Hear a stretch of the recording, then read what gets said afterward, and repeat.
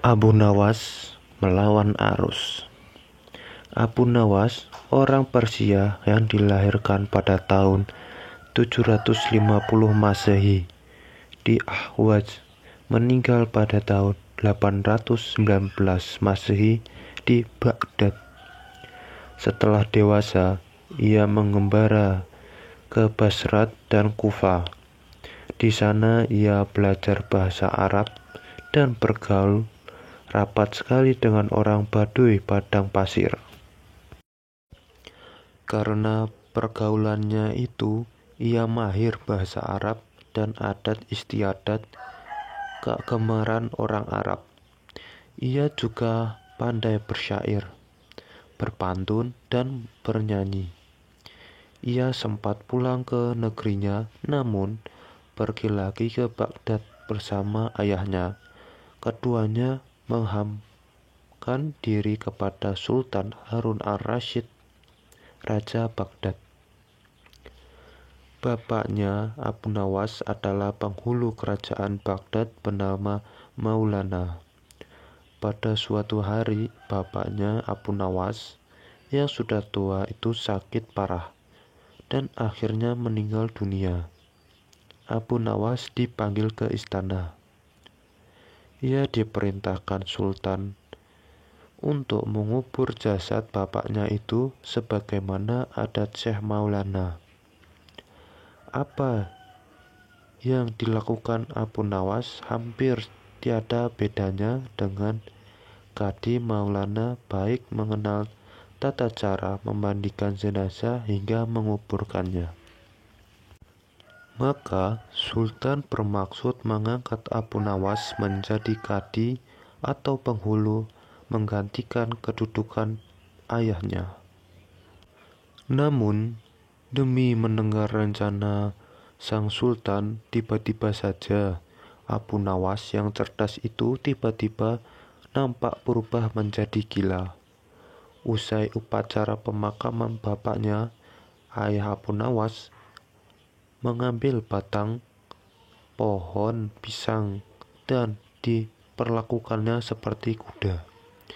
Ia menunggangi kuda dari batang pisang itu sambil berlari-lari dari kuburan bapaknya menuju rumahnya. Orang yang melihat menjadi terheran-heran dibuatnya. Pada hari yang lain, ia mengajak anak-anak kecil dalam jumlah yang cukup banyak untuk pergi ke makam bapaknya. Dan di atas makam bapaknya itu ada banyak anak-anak bermain rebana dan bersukacita. Kini semua orang semakin heran atas kelakuan Abu Nawas. Mereka menganggap Abu Nawas sudah menjadi gila karena ditinggal mati oleh bapaknya. Pada suatu hari, ada beberapa orang utusan dari Sultan Harun al-Rasyid datang menemui Abu Nawas. "Hai Abu Nawas, kau dipanggil Sultan untuk menghadap ke istana," kata wazir utusan Sultan. "Buat apa Sultan memanggilku? Aku tidak ada keperluan dengannya," jawab Abu Nawas dengan mengentengkan seperti tanpa beban. "Hai Abu Nawas, kau tidak boleh berkata seperti itu kepada rajamu." "Hei wazir, kau jangan banyak cakap. Cepat ambil ini kudaku dan mandikannya di sungai, supaya bersih dan segar," kata Abu Nawas sambil menyodorkan sebatang pohon pisang yang dijadikan kuda-kuda. Si wazir hanya menggeleng-geleng kepala melihat kelakuan Abu Nawas. "Abu Nawas, kau mau apa tidak menghadap ke Sultan? Katakan kepada rajamu, aku sudah tahu, maka aku tidak mau." "Apa maksudmu, Abu Nawas?" "Sudah, pergi sana, bilang saja begitu kepada rajamu." Segera Abu Nawas sembari menyaruk debu dan dilemparkan ke arah si wajah wazir dan teman-temannya. Si wazir segera menyingkir dari halaman rumah Abu Nawas. Mereka melaporkan keadaan Abu Nawas yang seperti tak waras itu kepada Sultan Harun ar-Rasyid. Dengan geram Sultan berkata, "Kalian bodoh semua, hanya menghadapkan Abu Nawas kemari tak becus. Ayo pergi ke sana, ke rumah Abu Nawas, bawa dia kemari dengan suka rela ataupun terpaksa."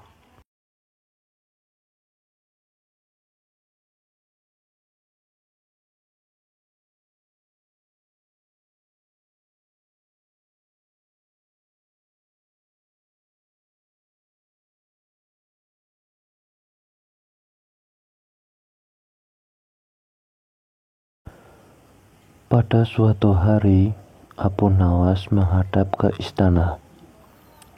Ia pun bercakap-cakap dengan Sultan dengan riang gembira. Tiba-tiba terlintas dalam pikiran di benak Sultan, bukankah ibu si Abu Nawas ini sudah meninggal? Aku ingin mencoba kepandaiannya lagi. Aku ingin menyuruh dia membawa ibunya ke istanaku ini. Kalau berhasil, akan aku beri hadiah 100 dinar. Hei Abu Nawas, perintah Sultan, besok bawalah ibumu ke istanaku. Nanti aku beri engkau hadiah 100 dinar. Abu Nawas kaget. Bukankah beliau sudah tahu kalau ibuku sudah meninggal? Tapi mengapa beliau memerintahkan itu? Pikirnya. Namun dasar Abu Nawas, ia menganggap perintah itu dengan baik dan dia mau. Baiklah tuanku, esok pagi hamba akan membawa ibu hamba menghadap kemari. Jawabnya mantap setelah ia pun memohon untuk pulang. Sesampai di rumah, setelah makan dan minum, ia pergi lagi. Dijelajahinya sudut-sudut negeri, menyusuri jalan, lorong, dan kampung untuk mencari seorang perempuan tua yang akan menjadi sebagai ibu angkatnya. Rupanya tidak mudah menemukan sosok perempuan tua. Setelah merasa tenaganya habis, mengayun langkah ke sana kemari hingga jontor. Barulah ia menemukan yang dicari. Perempuan itu adalah seorang pedagang kue apem di pinggir jalan yang sedang memasak kue-kue dagangannya. Dihampirinya perempuan tua itu. "Hai ibu, bersediakah engkau kujadikan ibu angkat?" kata Abu Nawas. "Kenapa engkau berkata demikian?" tanya si ibu tua itu. "Apa alasannya?" Maka diceritakanlah perihal dirinya yang mendapat perintah dari Sultan agar membawa ibunya ke istana. Padahal ibunya sudah lama meninggal. Juga dijanjikan akan membagi 2 hadiah dari Sultan yang akan diterimanya. Uang itu dapat ibu simpan untuk bekal meninggal bila sewaktu-waktu dipanggil Tuhan, kata Abu Nawas. Baiklah, kata si ibu tua itu, aku sanggup memenuhi perintahmu itu. Setelah itu, Abu Nawas menyerahkan sebuah tasbih dengan pesan agar terus menghitung tasbih itu meskipun di depan Sultan dan jangan menjawab pertanyaan yang diajukan. Sebelum meninggalkan perempuan itu, Abu Nawas gagal. Untuk itu, ia akan menggendong perempuan tua itu ke istana. Baiklah anakku, moga-moga Tuhan memberkatimu,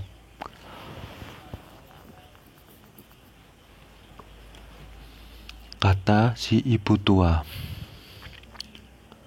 Dan terutama kepada ibuku, keesokan harinya, pagi-pagi sekali, Abu Nawas sudah sampai di istana lalu memberikan salam kepada Sultan.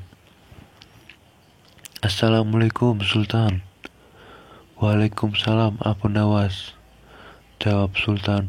Setelah itu, Sultan memandang Abu Nawas. Bukan main terkejutnya, Sultan melihat Abu Nawas menggendong seorang perempuan tua. Siapa yang kau gendong itu? Tanya Sultan. Diakah ibumu? Tapi kenapa siang begini kamu baru sampai? Benar tuanku, inilah ibu Pati. Beliau sudah tua dan kakinya lemah, tidak mampu berjalan kemari, padahal rumahnya sangat jauh. Itu sebabnya Pati aku gendong kemari, kata Abu Nawas sambil mendudukkan ibu tua di hadapan Sultan. Setelah duduk, ibu tua itu pun memegang tasbih dan segera menghitung biji tasbih tanpa henti meski Sultan mengajukan beberapa pertanyaan kepadanya. Abu Nawas wanti-wanti agar rencana ini tidak sampai gagal. Untuk itu, ia akan menggendong perempuan tua itu ke istana. Tentu saja Sultan tersinggung. Ibumu sangat tidak sopan. Lagi pula, apa yang dikatakannya itu sampai tidak mau berhenti. Sembah Abu Nawas. Ya tuanku Syekh Alam, suami ibu Pati ini 99 banyaknya. Beliau sengaja menghafal nama-nama mereka satu persatu dan tidak akan berhenti sebelum selesai semuanya. Demi mendengar ucapan Abu Nawas tadi, perempuan tua itu pun mendorong tasbih dan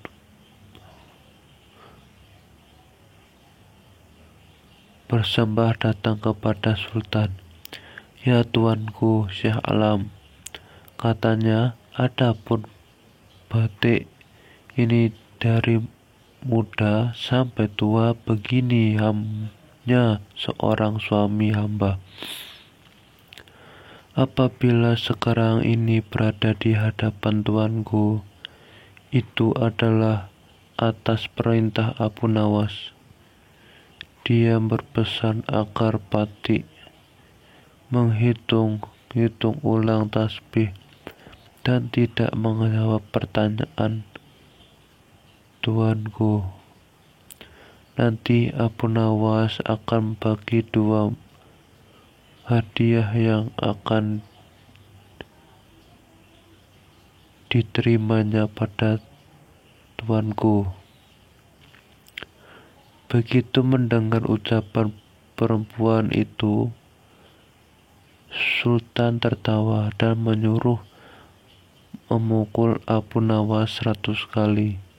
Ketika perempuan ini akan dilaksanakan, Abu Nawas minta izin dengan pertemuan yang terpantau. Ya Tuanku, hukuman apakah yang akan Tuanku jatuhkan kepada hamba ini? Karena engkau berjanji kepadaku akan membawa ibumu kemari, aku pun berjanji akan memberikan hadiah 100 dinar. Tapi karena kamu tidak bisa memenuhi janjimu, dapatlah engkau 100 kali pukulan dariku, kata Sultan. Ya Tuanku Syekh Alam, kata Abu Nawas, Petik berjanji dengan perempuan tua ini akan membawa dan membagikan 2 hadiah yang Tuanku berikan kepada hamba. Tetapi karena sekarang hamba mendapat dera, hadiah itu juga harus dibagi 2, karena yang bermasalah 2 orang. Patik, terimalah hukuman itu, tetapi 50 seorang dengan perempuan tuan ini. Dalam hati Sultan bergumam, jangankan dipukul 50 kali, dipukul 1 kali saja perempuan tua ini tidak akan mampu berdiri. Setelah itu Sultan memberi 50 dinar kepada perempuan tua itu sambil berpesan agar tidak cepat percaya kepada Abu Nawas bila lain kali menemuinya. Dengan sukacita diterimanya hadiah itu dan dipandangnya Abu Nawas. Ya Tuanku Syekh Alam, ampun 1000 ampun, jika ibuku telah mendapatkan anugerah dari Paduka, tidak adil kiranya bila anaknya ini dilupakan begitu saja. Ya, terimalah pula bagianmu, ujar Baginda sambil tersenyum. Semua orang tertawa dalam hati setelah Abu Nawas bermohon diri pulang ke rumah. Demikian pula perempuan tua itu dan semua yang hadir di istana. Abu Nawas dan menteri yang zalim di negeri Baghdad. Dahulu kala ada seorang menteri yang dikenal sangat jahat perangainya, sehingga ditakuti warganya, tidak bisa melihat perempuan cantik, terutama istri orang, pasti diambilnya. Apabila membeli suatu barang, ia tidak pernah mau membayar. Ihwal itu lama-kelamaan sampai juga ke telinga Abu Nawas sehingga membuat hatinya panas. Maka Abu Nawas pun pasang niat tidak akan meninggalkan daerah itu sebelum sang menteri menghembuskan nafas terakhir alias mati. Kemudian Abu Nawas berangkat ke tempat menteri itu tinggal dan sengaja menyewa rumah yang berdekatan untuk melakukan investigasi. Setelah beberapa hari bergaul dengan penduduk di situ, ia pun kenal dengan sang menteri dan bahkan bersahabat baik. Begitu baiknya pendekatan yang dilakukan sampai-sampai menteri itu tidak bisa mencium rencana busuk Abu Nawas. Abu Nawas boleh masuk dan keluar rumah itu dengan bebas, sehingga ia tidak menaruh curiga sama sekali kepadanya. Di dalam rumah itu Abu Nawas melihat sebuah tiang gantungan yang digunakan untuk menggantung orang-orang yang bersalah kepada menteri itu. Cara menggantungnya pun dengan cara yang sadis, yaitu kaki di atas dan kepala di bawah. Dalam posisi demikian, orang itu dipukuli sampai mati. Dengan demikian memang betul berita berita yang aku dengar tentang menteri ini, pikir Abu Nawas. Nantikanlah, aku pasti akan membalas. Hai orang muda, kata Abu Nawas, kepada seorang pemuda tampan yang sedang menggiring seekor lembu gemuk. Apakah lembu itu akan dijual? Pertemuan itu terjadi ketika Abu Nawas berjalan-jalan di sebuah sudut desa itu. Lembu ini tidak dijual, jawab si pemuda, karena ini warisan bapak hamba. Lebih baik lembu itu dijual saja, Abu Nawas mencoba merayu. Kalau laku dengan harga tinggi, kamu bisa berdagang sehingga uang itu menjadi banyak. Betul juga kata Tuan, jawab si pemuda setelah berpikir sejenak. Namun untuk menjualnya hamba harus berkonsultasi dengan ibu di rumah, kalau ibu setuju boleh Tuan membelinya. Itu akan lebih baik, ujar Abu Nawas. Sementara anak muda itu pulang, Abu Nawas memeras otak, ia akan berusaha memanfaatkan ketampanan wajah anak muda itu untuk melaksanakan rencananya. Hai menteriku, tunggulah bagianmu kelak, kata Abu Nawas dalam hati dengan perasaan geram. Ibu setuju menjual lembu ini, kata pemuda itu kepada Abu Nawas, setelah keduanya bertemu lagi. Bagus, kata Abu Nawas, tetapi sebenarnya bukan aku yang akan membeli lembumu, melainkan menteri yang zalim itu. Oleh karena itu berikan harga yang pasti, sesudah itu kita membuat perjanjian dan kamu yang akan melaksanakannya. Setuju, tanya Abu Nawas. Setuju, jawab si pemuda. Giringlah lembumu itu ke kebun, dan tunggulah aku di sana, kata Abu Nawas. Aku akan ke rumah menteri itu dan setelah itu aku menemuimu. Hai menteri, ada seorang pemuda yang akan menjual seekor lembu gemuk, kata Abu Nawas. Jika Anda tertarik, silakan Anda beli dengan harga yang pantas, tidak mahal, mari kita ke kebun itu. Berapa harganya? Tanya si menteri begitu sampai di kebun, lah sangat tertarik dan ingin segera membelinya. 50 dinar, jawab si pemuda. Boleh ditawar? Tanya si menteri. Tidak bisa, karena lembu ini warisan bapak hamba, jawab si pemuda. Baik, pasti kebayar harga itu, ujar si menteri. Maka disodorkan ujung tali pengikat lembu kepada menteri, namun ketika ditarik ternyata kosong. Rupanya diam-diam Abu Nawas telah melepas binatang itu, namun karena harga telah disepakati, pemuda itu meminta bayarannya. Mana lembunya? Tanya si menteri, masa banyak? Masa hanya talinya? Aku tidak sudi membayar. Keduanya pun berbantah-bantahan dengan sengitnya. Aku minta bayarannya, kata si pemuda. Kalau tidak mau bayar, kembalikan lembuku. Apa yang mesti ku bayar? Dan apa yang harus ku kembalikan, kilah si menteri.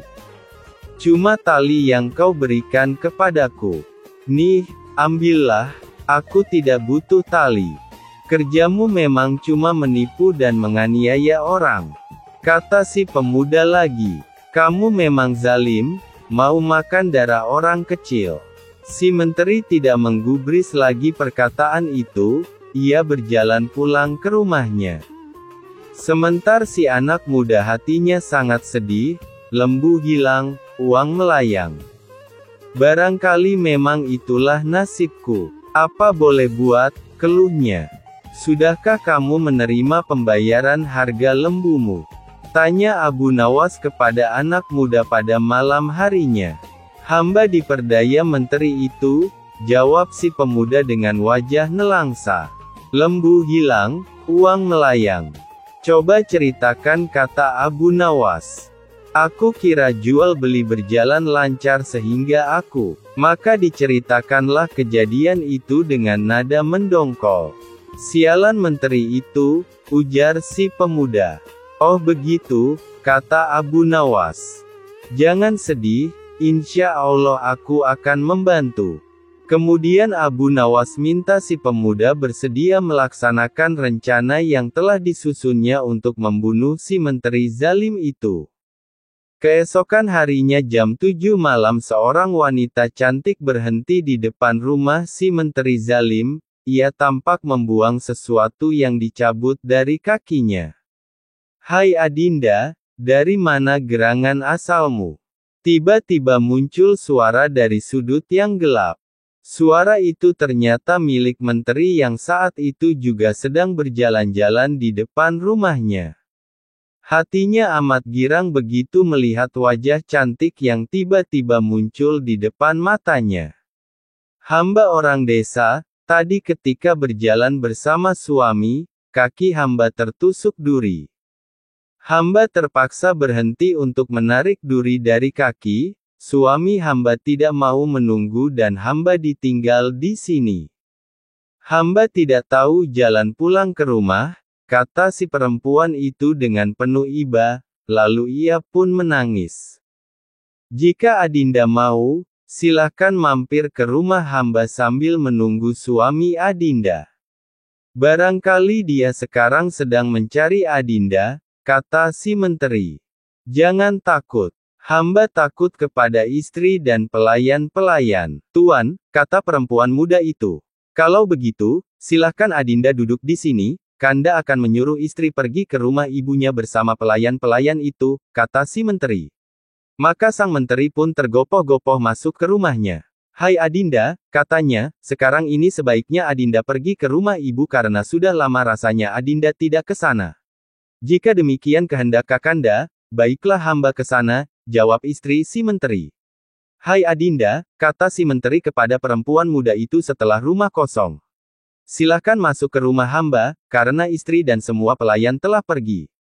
Baiklah, katanya sambil mengikuti langkah si menteri. Di dalam rumah dilihatnya tali gantungan seperti yang diceritakan Abu Nawas. Menteri itu mendorong si perempuan muda ke kamar dan mengajak tidur, namun ia mencoba menolak sambil merajuk.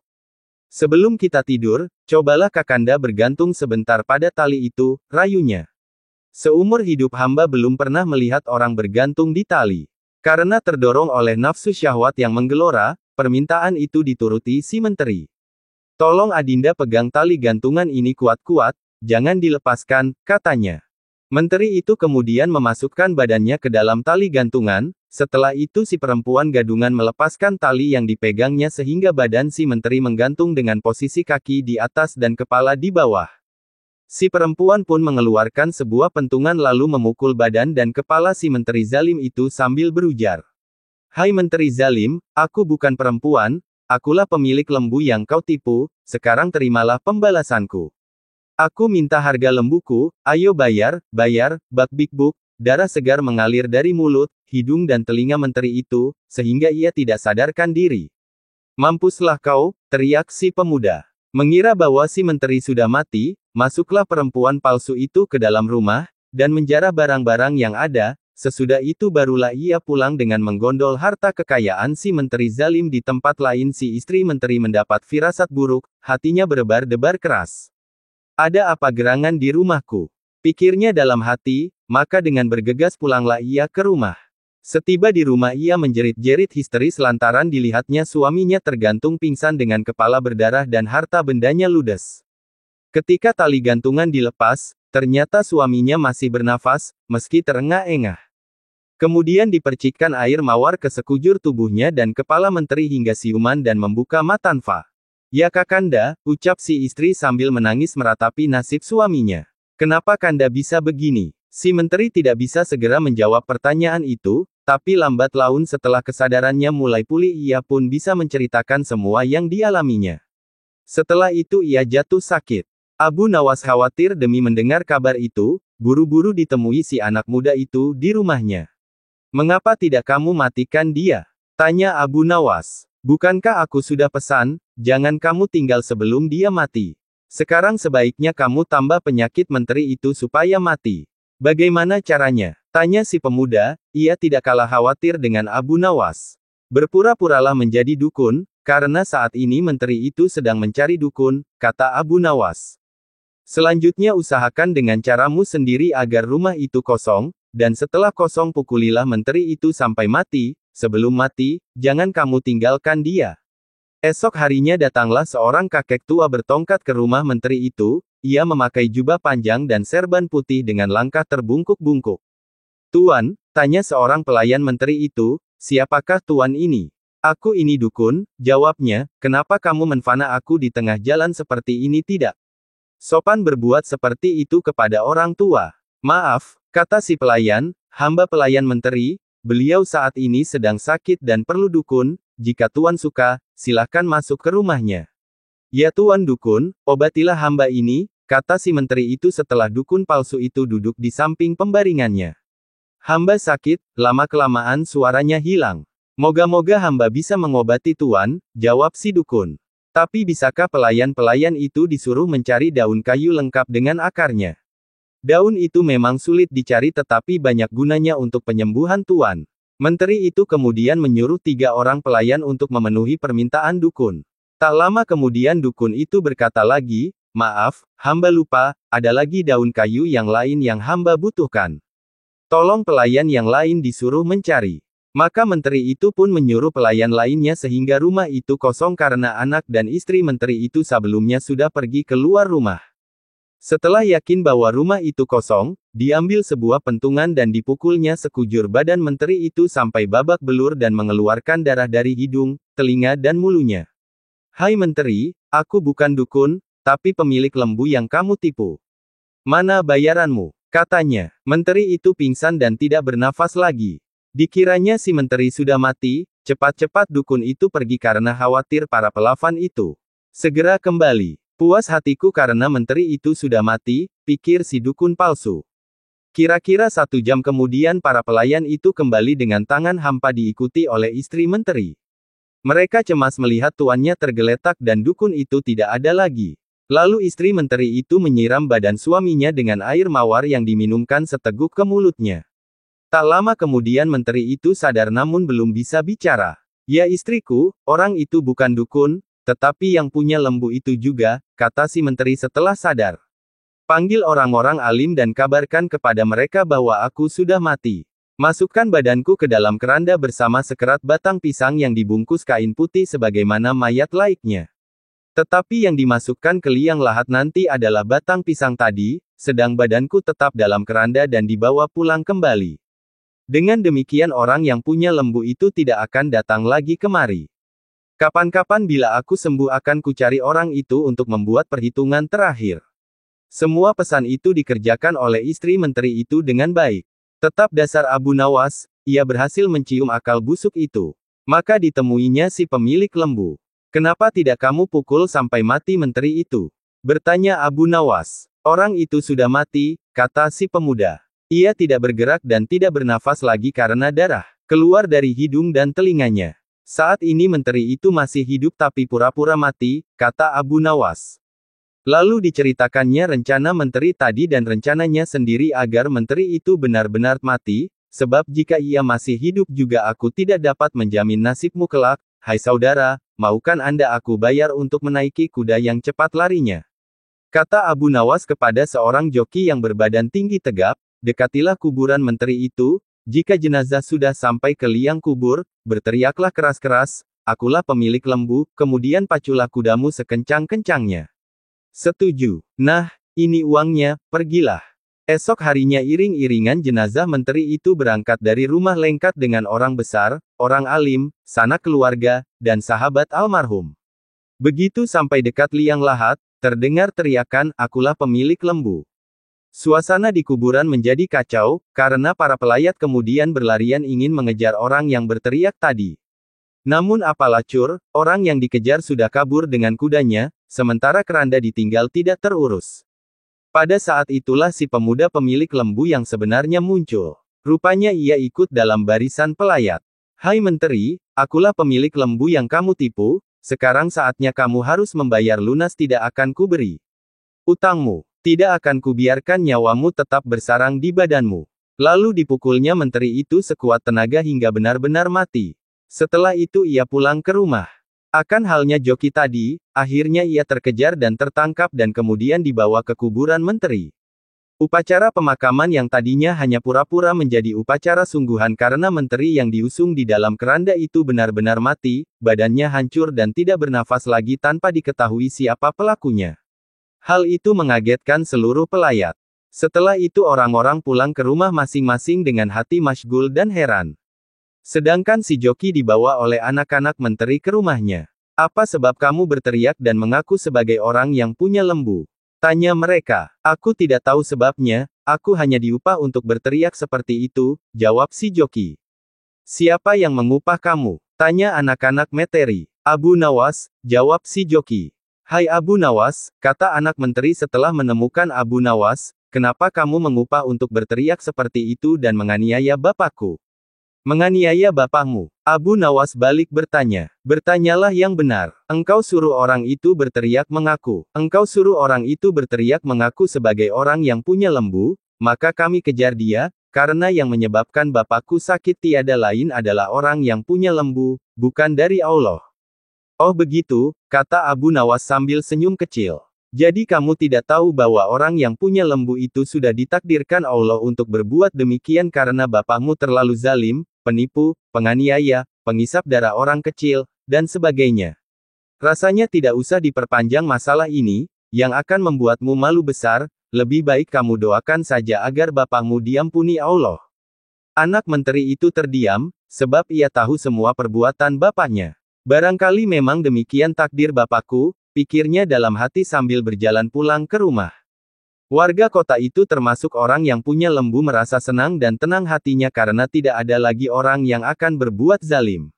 Sedangkan Abu Nawas segera kembali ke rumahnya. Niatku sudah terlaksana, pikirnya. Siapa tahu barangkali Khalifah Harun al-Rashid sedang menanti kedatanganku ke istana beliau, lagi pula aku juga sudah sangat rindu kepada Baginda Sultan. Hikayat batu dan pohon ara Al-Kisah pada suatu saat di sebuah negeri di timur tengah sana. Seorang saudagar yang sangat kaya raya tengah mengadakan perjalanan bersama kafilahnya. Di antara debu dan bebatuan, derik kereta diselingi dengus kuda terdengar bergantian. Sesekali terdengar lecutan cambuk sais di udara. Tepat di tengah rombongan itu tampaklah pria berjanggut, berkain panjang dan bersorban ditemani seorang anak usia belasan tahun. Kedua berpakaian indah menawan. Dialah sang saudagar bersama anak semata wayangnya. Mereka duduk pada sebuah kereta yang mewah berhiaskan kayu gofir dan permata yaspis. Semerbak harum bau mur tersebar di mana-mana. Sungguh kereta yang mahal. Iring-iringan barang, orang dan hewan yang panjang itu berjalan perlahan, dalam kawalan ketat para pengawal. Rombongan itu bergerak terus hingga pada suatu saat mereka berada di sebuah tanah lapang berpasir. Bebatuan tampak diletakkan teratur di beberapa tempat.